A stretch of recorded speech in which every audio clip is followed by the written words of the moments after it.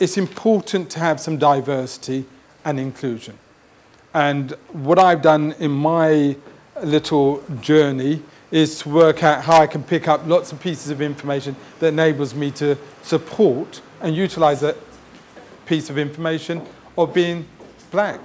It's a skill, an advantage that I use for my own development, but I'm hoping you can use it for your own development, right? People normally say it is a disadvantage. Well, I'm grateful for who I am. I've had a great life, and I've exploited my unique selling position, right?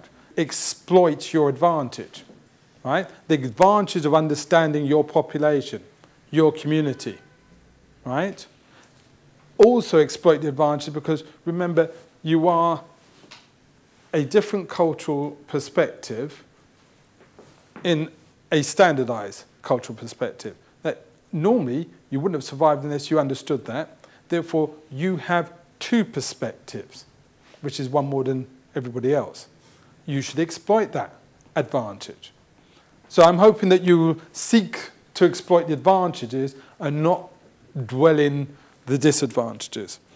Now, the reason why I say the importance of being black, it took us a long time to realize on a board, on management, that you need lots of skills. Having clones does not help decision making. Right. So we will have a diversity of functions, HR, finance, nursing, medical, right? Because when we want to be most effective in our decision making, we say we don't want just a manager's point of view, we want lots of functional decisions. We want a diversity of decisions. Functions are okay. I think the same is true that we want a diversity of perspective in order to make decisions, and that goes through psychological types. You need to understand the different psychological types. There's lots of issues of diversity that makes decision making interesting, shall we say. And what we've got to do is to celebrate that diversity and understand it.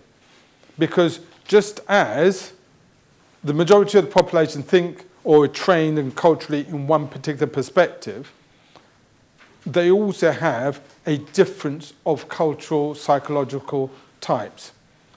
If you understand that, you should understand what the decision makings, the process of decision making and its potential impact upon yourselves. Set your own agenda. Do not let other people set the agenda for you, right? But if you want to go forward, right, you need to align your goals with that of the organization. Now, the question is, why isn't that happening? Because I think most of you will know that although everybody on paper wants the same thing, it doesn't always happen. So the real question is, what makes things different? Well, I can tell you one big one, as you might have noticed. Political decision making isn't always rational. Right? I know that may come as a shock to you, especially after you've seen the white paper. Right? It is a political process. It's not evidence-based. You may be trained and brought up to think in a rational format. The quickest thing you need to learn is that's not how the world is made up. Right? So no longer complain, I would argue, the world isn't level. Right? The people aren't treating me fair. It is structured not to be fair because of political decision making. The more you understand about that, the more you'll understand why people have to do things, right? You could almost replace that with we're only following orders, right? But you must have seen that in your own organizations. Sometimes they don't tell you, but having that insight is important. So homework will be is to gain that insight, because if you have that insight, you have an edge. And it's a skill which is not driven by the culture, right? So in all systems, if you do not adapt, you will die, right? So my recommendation is you adapt. And the other word for adaptation is called education, right? And you've got to learn to be smart, not trained to be technical. We need that resilience going forward because I guarantee you this is not a breeze but a hurricane coming your way, right? So be prepared. Exploit that advantage. because the other people that you have been carrying hopefully will not be able to be carried in the New World Order. You, though, can only do it if you can learn to communicate with others. Because if nobody knows how good you are, then nobody's going to give you the opportunity. Right? And too often, I know people are encouraged to do assertive course. It's not assertive course. We need clear communication. Right? I'm good, I'm great, here's my evidence. Please understand that. If you want to move forward, I'm your man, I'm your woman. I'm the person that gets you from where you are to someplace great. Right? And you'll know that I'll be here through thick or thin. That's why I said all of those things helps you in your context, if you utilize it right, to do an explanation that equality and diversity enables inclusion. And the inclusion enables you to get into markets which could not be reached before, gives you insight, which means that you can deliver a more effective service, right? Because it's culturally specific. But your diversity of understanding, because you, as I said, you understand at least two cultures, enables you to understand the principles of equality and diversity, and the fact that strategic management is not about focusing with blinkers, it's about breadth of vision. And you should be, again, exploiting that advantage for your benefit. You need to have a uniqueness amongst yourselves that distinguishes you from everybody else. And I'm saying exploit that and learn to pick up the skills. And I'm going to come back to those opportunities of emotional intelligence, which is the thing that allows you to move up the ladder and influence people. Because if you can't influence people, you can't influence their decisions. And one of the decisions you may want to influence them is choose me for the next job. Choose me for the promotion. Choose me to get on the course. Right? And if they don't choose you, go on the course in your own time. Right? Don't wait for somebody to say, okay, you want to be spoon-fed? Right? That's what you do to children. Right? When you're grown up, you learn to feed yourself. Right?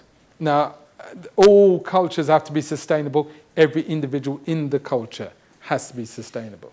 Right? Go back to any of the learnings for any culture, it is the same. Build upon that and build it into the organization. But that new world order is another opportunity.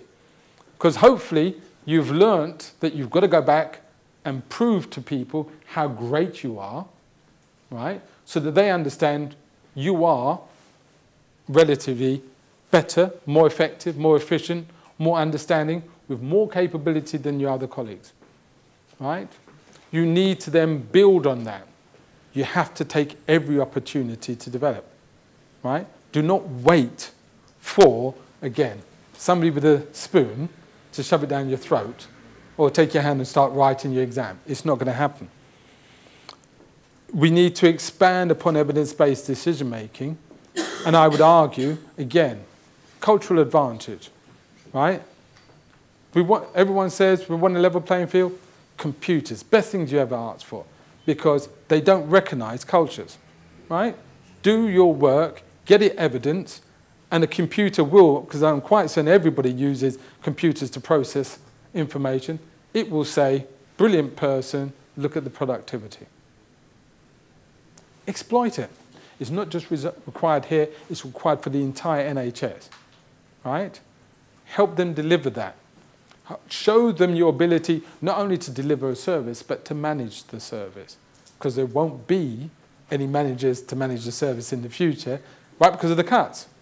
Show that you are multitasking, have that capability. Because that capacity to do a little bit beyond what you used to do is of vital importance. The skill of a consultant is, I go down and speak to people, they tell me what the answers are, I then repackage it for management, using all the fancy words and phrases, and sell it to them for humongous amounts of money, right? Now, they were happy to pay me.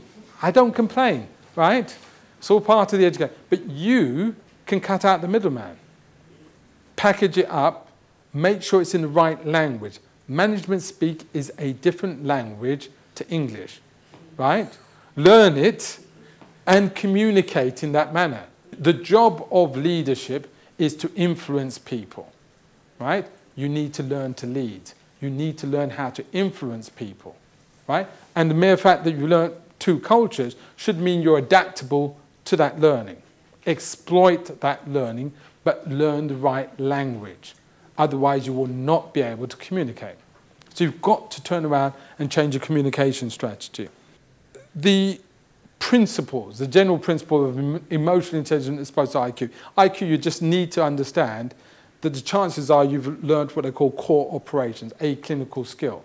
But you have to put that in the context of management. So you're going to have to learn a management structure in order to communicate to management, so that you understand how they see you and how you can better place yourself within their mindset as to how to be more effective, efficient, and economic. You need to do that because it's no good, as I said, waiting for management to do it because they're going to be culled within a very short space of time. So you will have to do the management for you. That makes you more economic, makes you more attractive, and makes you more successful, and it will enable them to see you in a different light to drive you forward. Because if you notice in your stats, we get into snowy peaks. There's large numbers and they decline. I would argue that then that's because you're not developing into the people that you need to be, right? You have to do the development. You might have worked out nobody's going to come in and help you do it. And if you haven't worked it out, trust me, right, you'll learn, right? You need to develop yourself. You should be the greatest investment in your own future.